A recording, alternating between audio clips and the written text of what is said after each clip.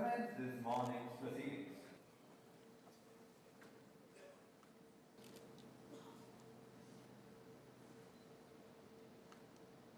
To the screen as we gather here in the national launch of Global Entrepreneurship.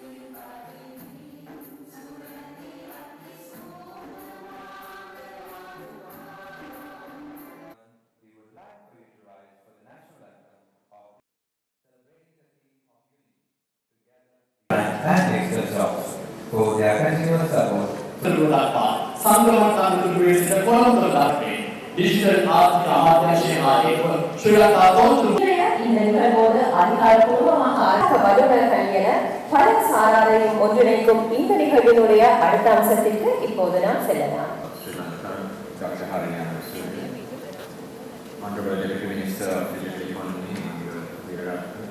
Who is an entrepreneur? Is someone with a flashy startup, or a tech genius, or someone with millions of dollars? Not necessarily. An entrepreneur is someone that sees possibilities where others see problems. Entrepreneurs are problem solvers. They are risk takers, dreamers, and doers. They experiment, they fail, and they try again. And in doing so, they don't just build businesses, they build communities, they uplift families, and transform nations. We must expand this event to in the next year with collaboration with all the other relevant line ministries to make it much broader and much bigger event, and also to provide better opportunities for all the entrepreneurs in Sri Lanka, together with the Ministry of Education, Dr. Harinama Surya. And I think this is the time that this country is in the right path to create the best talent pool in the country, and this is time where we see a good opportunities around the world to attract to Sri Lanka on FDIs and investments. Thank you. Good morning to all of you. It is my pleasure to address you at this Global Entrepreneurship Week Sri Lanka 2025, part of a global movement that brings together tens of thousands of activities across more than 200 nations every year. As Sri Lanka participates, we do so not as spectators, but as active contributors, shaping ideas, creating opportunities, and driving a culture of entrepreneurship. Minister Eranga Veeraratne started by posing a question: who is an entrepreneur? And actually this morning, as I was coming for this event, a friend of mine shared an app.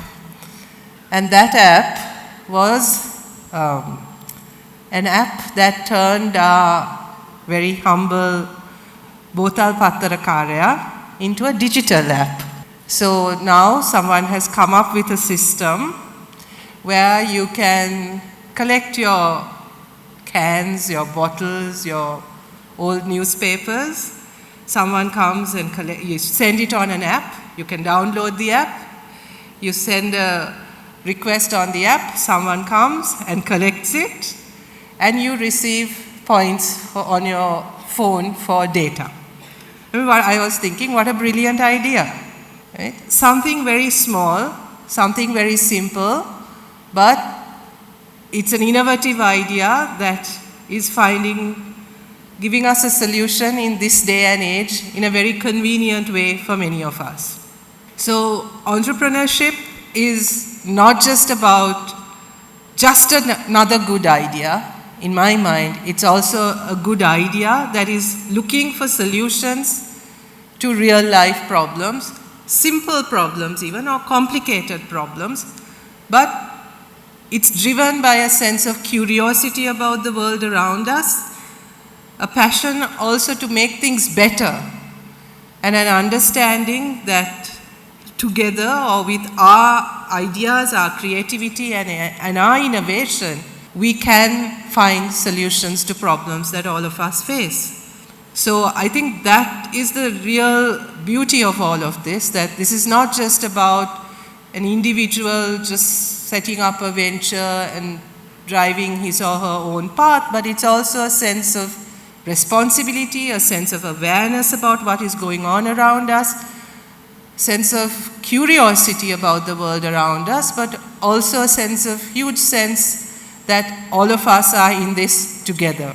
And I think this is the kind of sense, this is the kind of spirit that we also want to promote. This week is more than just a scheduled event. It reflects our national ambition, a Sri Lanka where creativity and innovation and a sense of social responsibility are central to our idea of what growth is.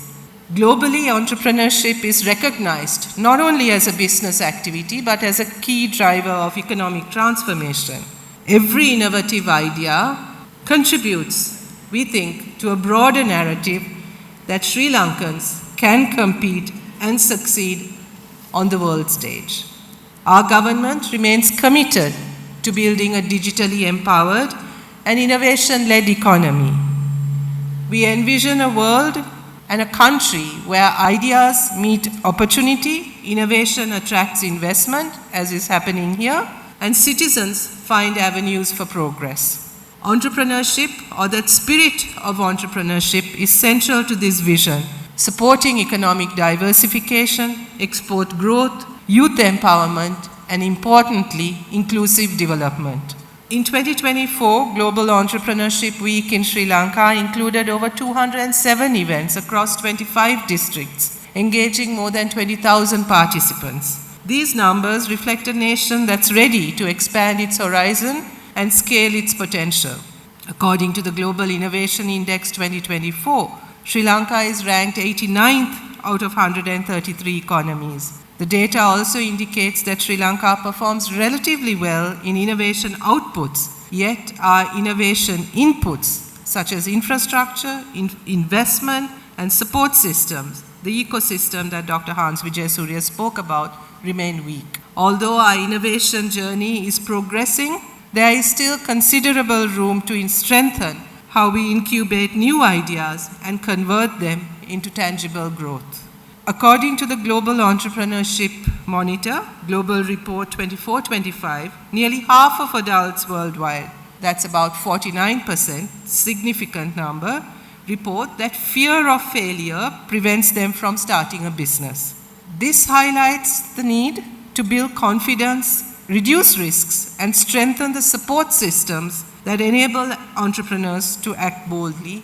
And we believe this is where the government really needs to step in and support entrepreneurs to be able to take forward their ideas, to give them that confidence, knowing that there's government backing them and government ready to support them and support them with the proper ecosystem. So to the young entrepreneurs of Sri Lanka, we think this is your moment.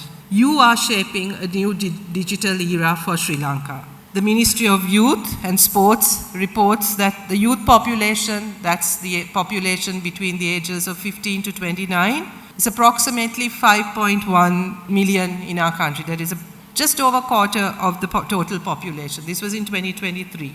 Sri Lanka is enjoying a demographic advantage, but one that is rapidly changing, with nearly a quarter of its population in this digitally literate, adaptable, and ambitious age group. But this is a dwindling demography, and we need to make sure that the spirit of entrepreneurship is not, or especially digital literacy, is not confined to this population. I think many of us in this room itself are outside of that demography, and I think the idea that the digital world or digital literacy is only for the young is also something that we need to move beyond. But we know that the younger generation is eager to engage with emerging technologies and often takes the lead in finding these opportunities. But they face a special challenge with regard to limited support with regard to accessing capital, opportunities for investment, shortage of mentorship, and inability to take risks. So to help unlock this potential, as the Ministry of Education, Higher Education and Vocational Education, we think we have a special responsibility, as I would imagine that we are pretty much responsible for taking care of that quarter population or in our country.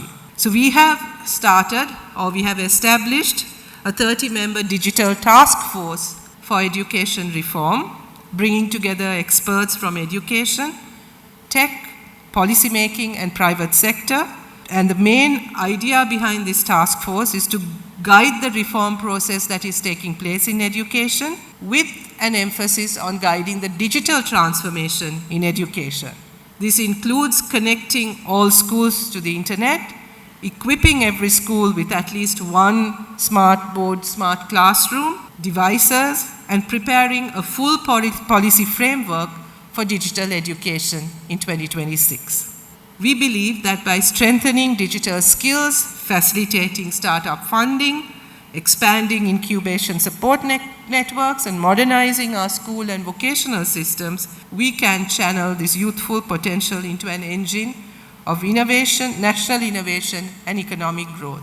One of the things that we are particularly concerned with when we are going through this transformation is that we ensure that we provide these opportunities equitably, and that this transformation takes place in all parts of the country and reaches all demographic sections. And this is why today's event also, which is happening simultaneously in in all our 9 provinces, is so significant. We know that if we look at the numbers carefully, if we break down the numbers, there are still areas that do not have access to these conversations for very basic reasons, such as poor infrastructure, poor connectivity, or simply being left out of these conversations. So it is absolutely essential, particular attention to ensuring that this transformation and the expansion of these opportunities happens equitably. We need to make sure that we understand who is left out, why they are left out, and make sure that we address those reasons properly. The 2026 national budget demonstrates our government's strong commitment to advancing the digital economy and entrepreneurship. Over rupees 25 billion has been allocated for digital economy investments, including rupees 1.5 billion earmarked for a startup to support youth and emerging entrepreneurs, as was mentioned. Additional allocations support AI and cloud computing research in schools and universities, digital infrastructure development, for instance, the broadband vouchers, and incentives for telecommunications and data center investments. The budget also proposes a Digital Economy Act and a new Digital Economy Authority to strengthen governance, attract investment, and streamline approvals through a digital single window system. Initiatives as the Sri Lanka Unique Digital Identity and integrated digital payment systems further ensure that public services and entrepreneurship opportunities are accessible, inclusive, efficient, and also safe. Together, these measures signal a decisive shift towards embedding innovation and digital entrepreneurship at the heart of Sri Lanka's national transformation. So now we need to move from isolated initiatives to a coordinated national movement. And that, I think, is the significance of this particular movement, where all of our efforts are coordinated across ministries and across national policy, which is why even today you will see at least 3 different ministries collaborating on this initiative. Government, industry, academia, and entrepreneurs must also work together, making sure that we align our resources, build mentorship networks, simplify regulations, facilitate investment, and open global markets. Our priorities remain clear: ecosystems, education, inclusion, and policy alignment and coherence. We are investing in startups, creating pathways for international partnerships, and streamlining policies to make Sri Lanka a place where ideas not only emerge, but also scale, succeed, and reach global markets. Entrepreneurship is not just an economic activity, it is a contribution to national growth.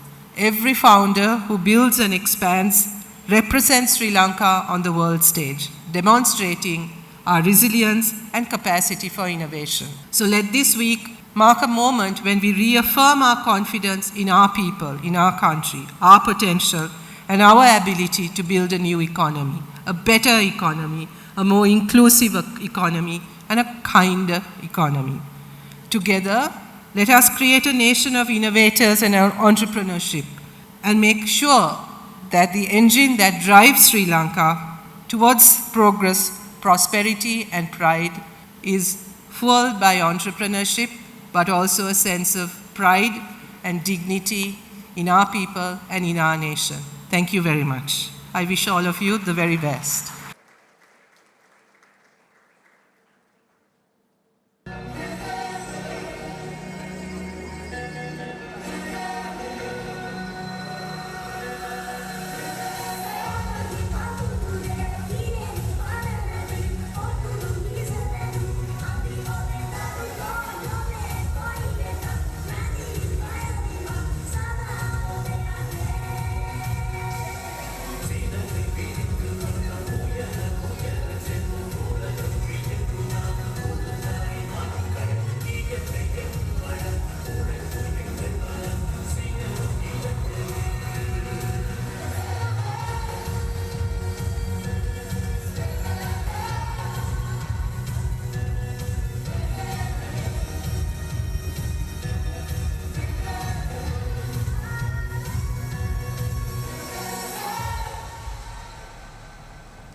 So this shows a journey of 15 years where various ecosystem builders have taken up the role in supporting the tech startup ecosystem. Global entrepreneurship was one example of it where ICTA took on the role in 2022. You'll see that under 2022. But alongside that, you've seen different initiatives being started throughout the many years. So Sri Lanka is proud to be a part of the Global Entrepreneurship Network, and we must continue to aim to punch above our weight on the global stage.